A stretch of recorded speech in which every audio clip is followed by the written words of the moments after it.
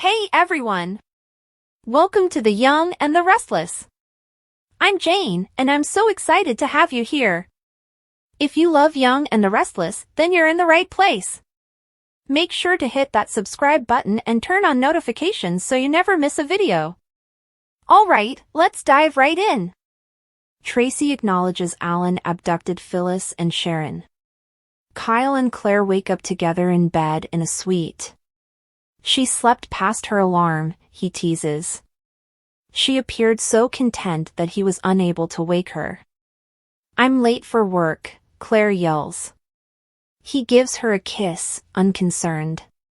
She applies the brakes when he tries to make out.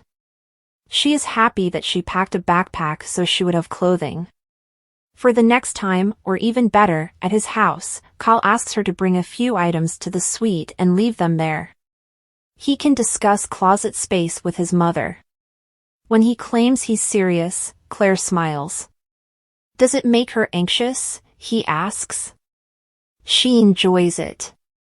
Kyle responds, I do too. He wants to show her how unique she is and how unique this is every single day. There's a method for him to accomplish it now. Kyle attempts to convince her to call in ill and remain. Claire is persuaded to block off the outside world, at least for today. He is aware that she has been working tirelessly and is most likely ahead of schedule for the day. You are incorrigible, Claire chuckles as he orders room service. They kiss and pillow fight. Nikki is stunned by Jack. When Nikki walks into society, she bumps into Jack. He invites her to come along and give him an update on Chancellor's progress. He's ecstatic for her. She wonders if that's the case or if he's acting since they're buddies. Jack narrows his eyes at her, perplexed by her tone and the remark. As they sit, Nikki explains that while she is sure Jack is pleased for her, Billy makes things more difficult. They discuss how the tension isn't making her want to drink again. Jack acknowledges that she is performing at her best. Nikki goes over replacing Billy again. Jack reminds her that while he enjoys any opportunity to scold the mustache, this isn't the right time.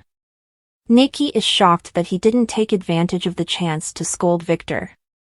Jack acknowledges that, despite his disapproval of Victor's method, he is okay with what Victor did. It forced Billy to examine himself closely. He believes that his brother has at last come to terms with himself and his past grievances. Otherwise, that would never have occurred. He is appreciative of Victor's heinous behavior. Nikki hoped to hear him express gratitude to Victor. Jack notes that Nikki is content at Chancellor and that Lily is likewise back where she belongs. If Victor lets her pursue her interests, she will soar. All's well that ends well, Nikki reflects. Not exactly, Jack answers. The only way to restore harmony between their two families is for Victor to leave Claire and Kyle alone. It won't be simple to persuade Victor to leave Claire and Kyle alone, Nikki cautions. He believes he is protecting her, but she detests his stubbornness. He will simply push her away, Jack says. Victor doesn't want him to be happy, he says, and if that means his granddaughter is collateral damage, then so be it. He needs Nikki's assistance in standing up for the young couple. You are so romantic, Jack Abbott, Nikki swoons. She is all for promoting true love, but she will be the one to deal with Victor's fury if everything falls apart. Since when do you fear Victor's anger? Jack asks. Kyle tells Claire in their suite that before they can eat breakfast, they must inform the employers that they will not be returning. To send SMS, they grab their phones. Nikki assures Jack at society that she can manage a few tantrums and will stop at nothing to protect Claire and Kyle. As their phones ring, Jack informs them that Kyle is unable to come into work today since he ate nasty clams. Clucking at the coincidence, Nikki Claire is also unable to enter since she appears to have consumed the same clams. They choose to overlook this and grin at the idea of youthful love being holy. Claire and Kyle receive texts in their suite that read, "No worries." Claire worries that they'll be caught. Kyle feeds her and says they should take advantage of it. "More, please," she smiles. He does as he is told. They discuss that she is playing hooky for the first time. She is taking a bit too much pleasure in it. This cannot occur once more. Kyle teasingly says, "Definitely not." "Perhaps every now and then," she hedges. They tumble into the bed when he yanks her into his arms and they begin kissing. Nikki is happy that she and Jack get along at society. He will always tell her the truth. She will also always be truthful with him. Even if it means betraying Victor's trust, Jack jokes. Nikki hopes that won't be the case. Phyllis gives Nick and Summer an update. Summer and Nick question Phyllis about her relationship with Sharon at the GCAC. She claims they spoke, but she has to be pushed for further details. According to Phyllis, they discuss their love for their children and their intention to put their frustrations on the clinic floor and go forward as a couple. "So thinks Summer, friends?" "Not friends, but not enemies," Phyllis remarks. "We don't need to give it a name." Nick is quite pleased with them. Summer concurs. Phyllis regrets allowing hatred to control her life. She claimed to have used it as a source of strength to defend her family but ultimately caused harm to those she cared about. Summer makes an effort to minimize it, but Phyllis isn't willing to be absolved. She was consumed by it. Nick believes that their joint efforts to resolve the situation are brave. According to Phyllis, looking into the past and seeing all of your hatred and anger staring back at you is like looking into a huge mirror. She wasn't prepared to see her actual self. Summer encourages her mother not to be too hard on herself because she is not only accepting responsibility but also making an effort to mend her connection with Sharon. Nick concurs. Although he had a part in it and was in the midst of things with her and Sharon, he saw how it affected them both. Phyllis admits to having served as a referee numerous times. "It's baby steps," she cautions them, "so don't designate her for sainthood." Nick has observed how she and Sharon have been affected over the last few months. They're all for it if it brings them calm. Until the person who committed this to them is apprehended, Phyllis will never be at rest. Nick and Sharon are informed by Phyllis that their conversation the other day was very beneficial. She was saved by Sharon. She tried everything in her power to save her when the time came. "You also saved her life," says Nick. Sharon didn't seem like the kind of person Phyllis always believed her to be. She will acknowledge that, like the others, Sharon was a victim and wasn't acting rationally when she set up Daniel. Summer believes Sharon must have been quite receptive to this new perspective. "It did," Phyllis responds. She acknowledges that she continues to experience nightmares. All of this fear still lingers. By taking charge of her emotions and managing what she can, Nick reassures her that she is doing everything correctly. Phyllis reiterates that she must see the person who did this, tell them they lost, and look them in the eyes. Traci is blown away by Sharon's info. At Crimson Lights, Sharon emerges from the kitchen to see Traci scowling thoughtfully at the counter. After what she and Phyllis went through, Traci is shocked to see her. Sharon has to go to work. Traci is thankful that they are both safe at home. Until the madman who abducted them is imprisoned, Sharon won't feel secure. What kind of person could do something so heinous is beyond Traci's comprehension. Sharon admits that she continues to experience nightmares. Traci says she's sorry to bring it up again. Talking about it helps, Sharon tells her. Traci is open to hearing. She'll have coffee with Sharon. Sharon pours 2 drinks and sits down with Traci. According to Traci, Kyle informed them that she and Phyllis were imprisoned at a shuttered mental health facility. With the venues their captor has chosen, Alan would have a field day. Sharon had the same thought. The kidnapper must have been a psychologist.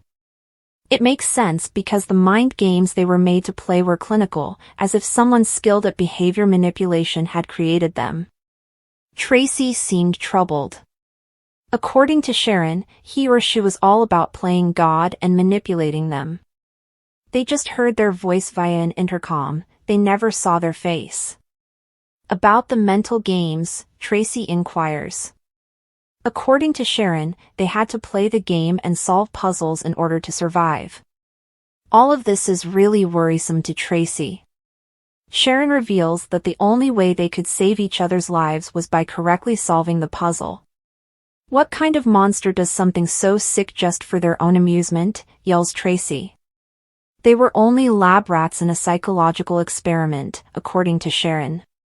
They appeared to want them to find a solution to their problems. They believed their abductor might have known them because they had highly detailed information about their past. Sharon bursts when she sees Traci's engagement ring. Traci claims that she and Alan are engaged, but it's difficult to feel joy when others close to her have gone through such a terrible experience. The psychopath expressly targeted them, Sharon tells her. She hopes that Traci isn't concerned about her personal security. Traci simply thinks it's all so weird and awful. Sharon acknowledges that lately, it's been one setback after another. She will concentrate on the positive aspects. She collaborated with Phyllis and recognized the positive aspects of each other. Traci enjoys listening to this. Sharon informs her that they set off the alarm that set off the gas and that they came dangerously close to death twice. Alan's phone notice said, "Remote device unexpectedly detached," and Traci flashed to it. Expulsion of gas ceased. "You were purposefully gassed?" asks Traci. Sharon gives a nod. She and Phyllis would have perished if Nick and Chance hadn't arrived at that time.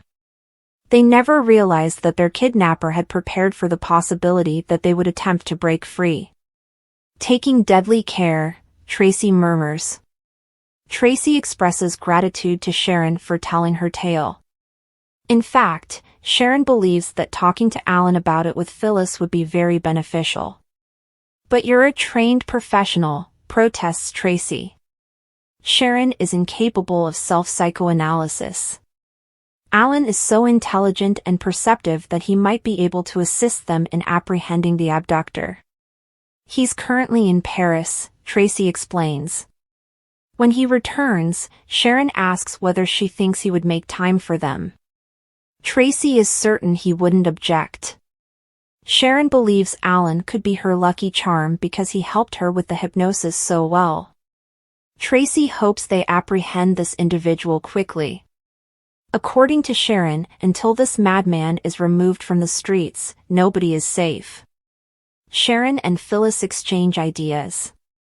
Everyone shouts, "Good morning," as Sharon arrives to the GCAC to join Phyllis, Summer, and Nick. According to Phyllis, establishing this new global order may prove difficult. Sharon inquires as to whether she is reconsidering. She is assured by Phyllis that she is prepared to make it happen. Whatever rock they went behind, Sharon hopes their captor will be flushed out.